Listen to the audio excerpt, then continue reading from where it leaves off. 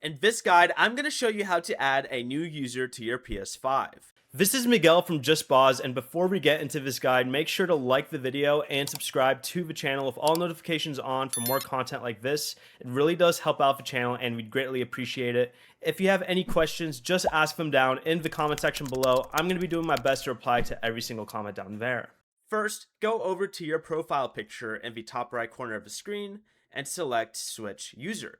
Then go ahead and press the Add User button here, and then choose Get Started. Go ahead and accept the PS5 System Software License Agreement and confirm. And if you already have a PlayStation Network account, enter your email and password, or you can scan the QR code with the PlayStation app to sign in.